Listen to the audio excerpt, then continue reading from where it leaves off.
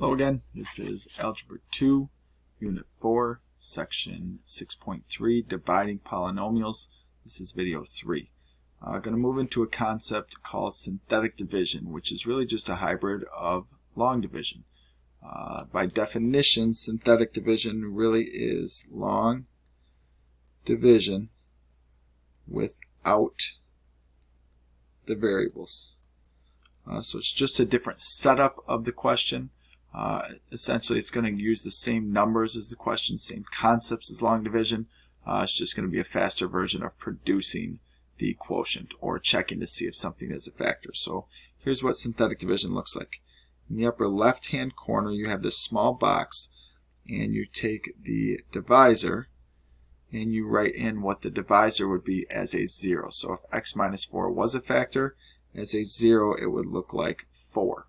And then next to the 4, you're going to write the leading coefficients of each term of the dividend. Fancy word for saying the multipliers on the variables inside of the dividend.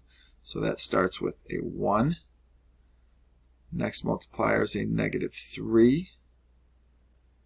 And the last one is a positive 1.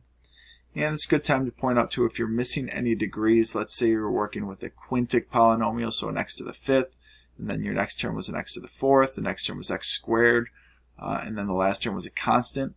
You were missing that x to the 3rd power, therefore you would put in a 0 value inside of that where the 3rd power would be located, just as a placeholder inside of the division question. Okay, so the process of synthetic division starts by you drop this first number, and I write a 1, and then I take the 0 up here, and I multiply it by that 1. So 4 times 1 would give me 4. And then negative 3 plus 4. I'm going to add those values together. I get a total of 1.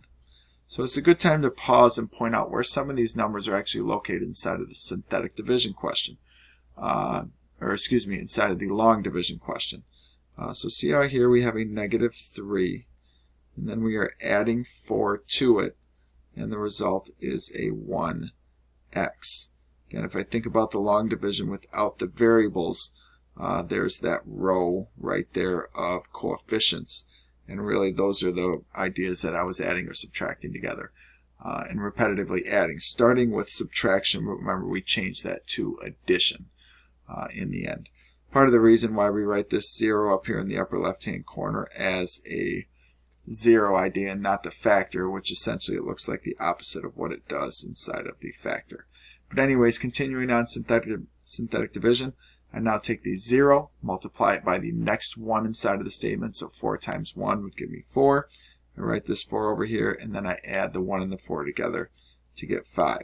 So synthetic division, repetitive multiplying, and then adding, multiplying, and then adding. And again, we have the 1, the 4, and the 5 in long division, all located next to each other in synthetic division. So the last question is, how do I make this look like my quotient up here? Well, hopefully you recognize the coefficient on this x is 1, matches the first one. Here's the second one, matches this second one.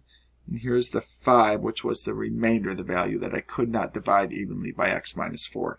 So to rewrite the quotient, I had a degree of 2 in my dividend, and I'm dividing out a linear term, x minus 4, which really means dropping it by a degree of 1. So what was an x squared would turn into an x.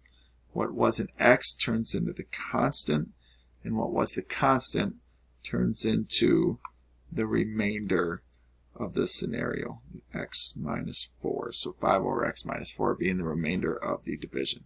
So here's the quotient, here's the result of the dividing. So there's our answer to this question. And to answer a different question, is x minus 4 a factor of that polynomial?